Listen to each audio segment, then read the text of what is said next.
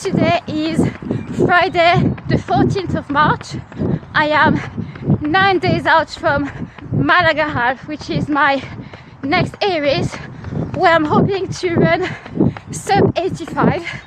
And right now I'm at the end of my last long run. Well, not so long compared to what I did before, but yeah, last long-ish run before the race.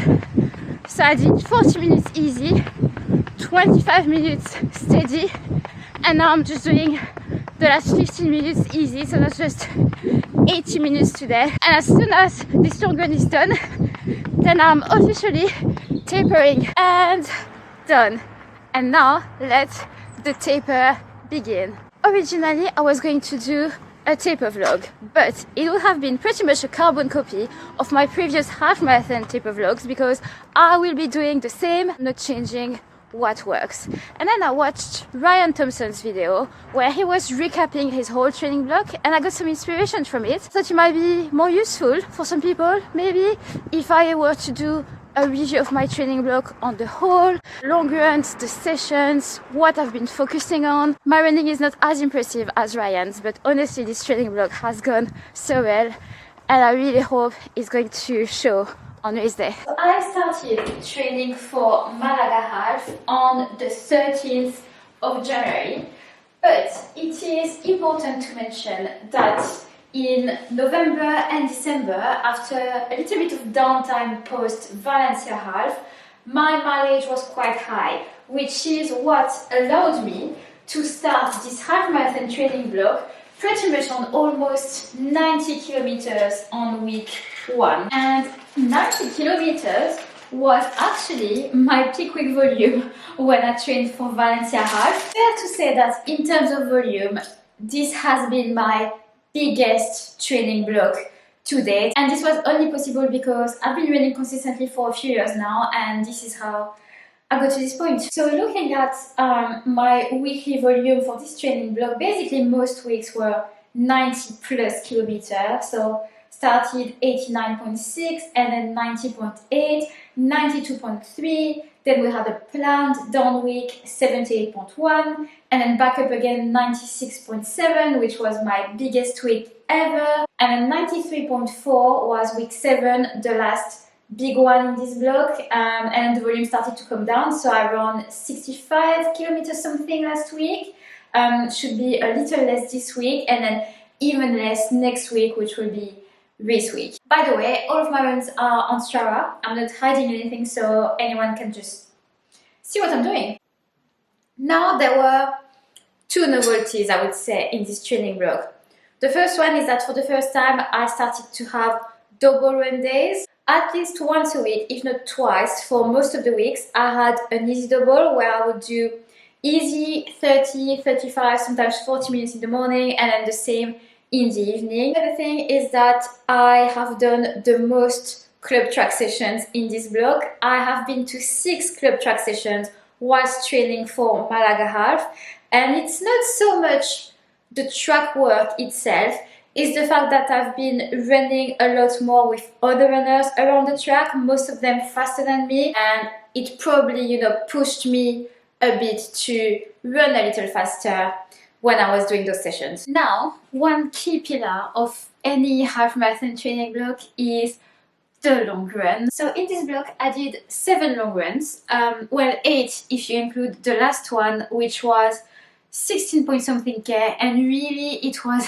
borderline medium run in the context of this block. If we look at those 7 long training runs, they range from 21 kilometers to 25 kilometers, and they were all great opportunities to practice fueling. And we can split these long runs in 3 different categories. I did 3 easy long runs, which, as the name suggests, just keeping things nice and easy. There was 1 steady long run, which was 25 kilometers long, where basically I did most of this long run on the faster end of my steady pace. It was my very first time doing that. I don't think I've ever had a long run before, especially this long, that was steady all the way. I thought that was a good training run, this one. And then the other 3 were the most important in my opinion, and they were the long run workouts, which were basically practicing running at a faster pace on tired legs. Put these long run workouts on the screen. They were all slightly different, but they all followed the same structure, always starting with an easy block and then basically moving through the gears. So after easy, I would have a steady block where I would aim to be on the faster end of my steady pace, and then going up to tempo pace, and then a bit of half marathon effort, sometimes even touching half marathon goal race pace, and finally back down to easy pace for the last few kilometers. For those long runs, the aim is not to run your race in training. If you look at my long runs, I've not done a whole lot of actual race pace, and it's something, to be honest, I was quite worried about before I did Valencia half in October, and on race day I ended up running a 2.5 minute PB. Afterwards I realized that yes, I really didn't need to try and run my race on a random Sunday morning.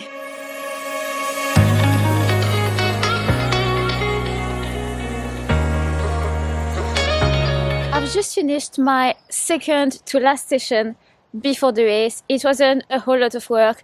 1k tempo and then 2x90, 2x60, 2x30 seconds. No prescribed pace, just running to feel. And then another k tempo with the warm up, the cool down, the recoveries between reps. That was 12.6k for the day. And usually I do not wear carbon shoes in training, but today I wore the Adios Pro 4 because after running in them at the 10k race last weekend, I thought I would be able to decide whether or not they will be my race shoes for the half marathon, but I was still undecided, so I thought I'd give them another go today, and I still need to have a think. I still don't know. So in this block I will have done 15 speed sessions. This includes 6 club track workouts as well as a park run. I'm including it as a session, and the mini race week session that I have left to do next week.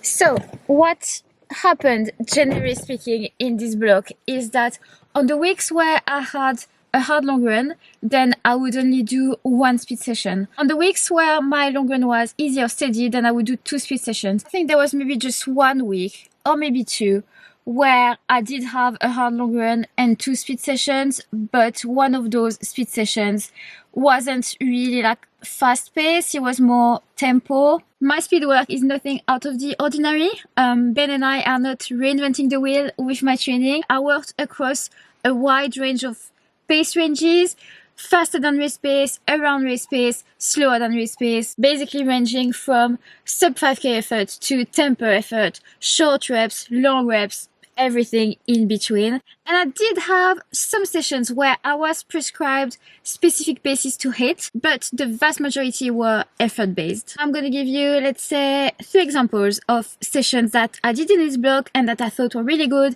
that I benefited from. If you need some inspo, I'll put the exact sessions on the screen, but one of them was 5x5 minutes progressing the pace, starting at tempo pace and then going 5 seconds per k faster each rep. So you finish 20 seconds per k faster than you started. That was a good one. Another one, which is such a classic for me, is the good old 3x8 minutes at half marathon effort. Absolutely love this one.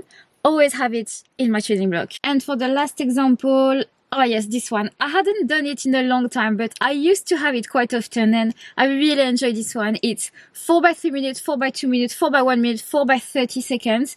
Progressing the pace. Ben used to make me start at half marathon effort, but this time around I started at around 10k effort for the 3-minute reps, and basically as the reps get shorter, the recoveries get shorter, but you have to progress the pace. These are just a few examples of the speed work that I've done in this blog, but again, everything is on Strava.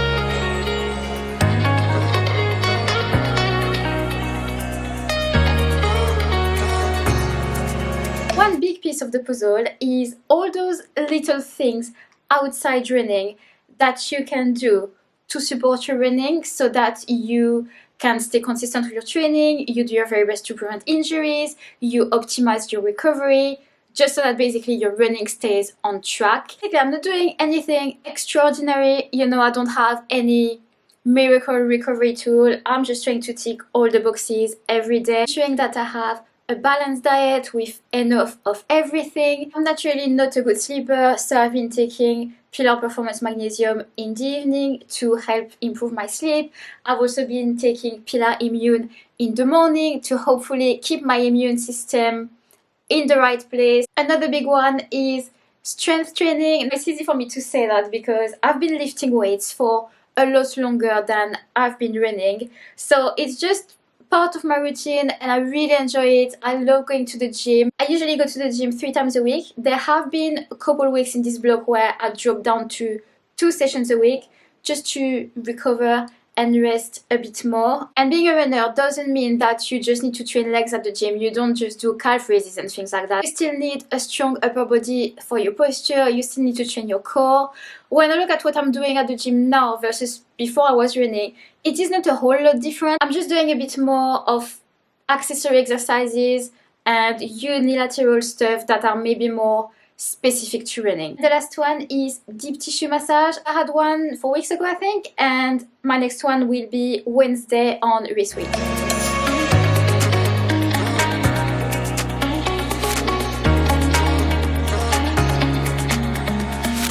So once I had done my last hard long run, 3 weeks out from race day, this is where we really started to bring the volume down. Not tapering yet, but at this stage I'm no longer running 90 plus kilometer weeks. And then 2 weeks out from the half marathon, I like to do a little tune-up 10k race, and on that week my volume comes down even more so I can have fresh legs for the 10k. I raced the Victoria Park 10k race in London. I made a video about it, you can go watch it if you've not already. I really like to do a tune-up 10k 2 weeks out because it's one last chance to bump up my fitness before I start properly tapering.